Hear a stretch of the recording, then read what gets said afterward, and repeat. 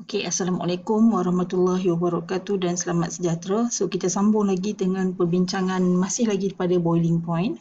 Okey, kita tengok semula faktor yang mempengaruhi boiling point of organic compound. Faktor pertama adalah intermolecular forces.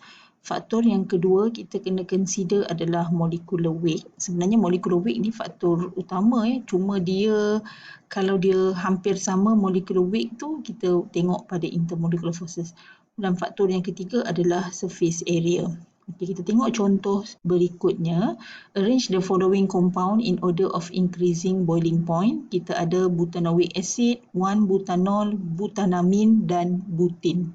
Butin B-U-T-A-N-E tu. Dan butin. Alright. So, kalau kita tengok sekali imbas pun kita dah tahu ini adalah compound lain. Mereka ni daripada kumpulan yang berbeza-beza. So, apa yang kita boleh buat? Pertama sekali, kita draw the structure.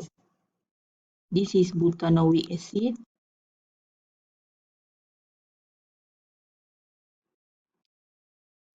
This is 1-butanol.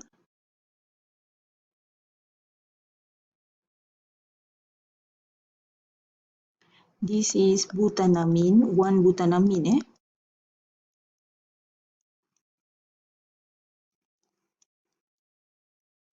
This is butin. Okay. Kalau kita lihat in term of intermolecular forces, yang ini diikat oleh weak van der Waals forces.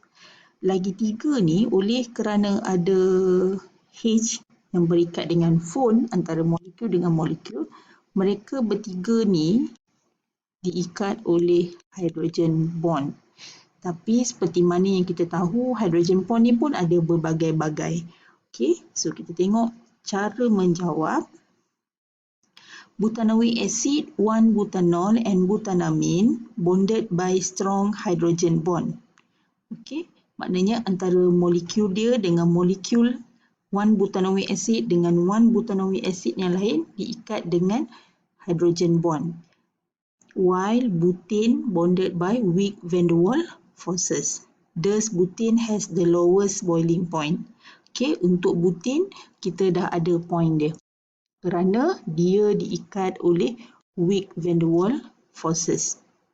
Okay, butanoic acid has the highest boiling point because it has a strong hydrogen bond with a dimer structure. This is the point. Okay, more energy required to overcome the attraction. Okay, because of the strong dimer structure tu Okay, now kita pergi kepada between 1-butanol and butanamin. Kedua-dua butanol dan butanamin adalah hydrogen bond. The strength of hydrogen bond in 1-butanol is stronger than butanamin because kenapa? Oxygen atom is more than nitrogen atom. So thus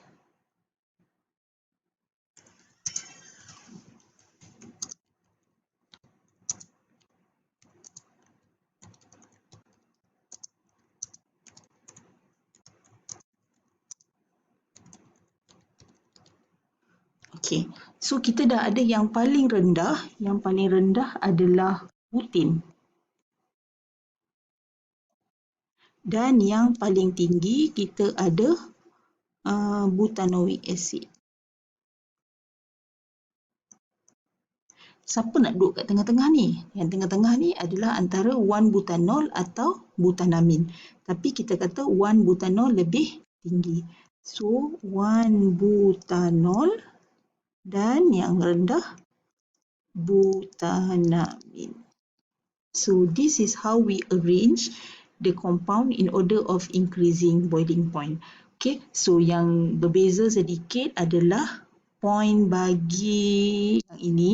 Kenapa 1-butanol ni because oxygen atom is more electronegative than nitrogen, dan juga dimer structure. Dimer hanya untuk carboxylic acid sahaja. Okay. Kalau antara alkohol dengan amin, dia dua-duanya ada hydrogen bond, tapi yang lebih kuat kerana more electronegative. Okay. Right. So saya harap yang ini membantu awak. Saya akan beri lagi contoh yang seterusnya. Okay. So sekian. Terima kasih.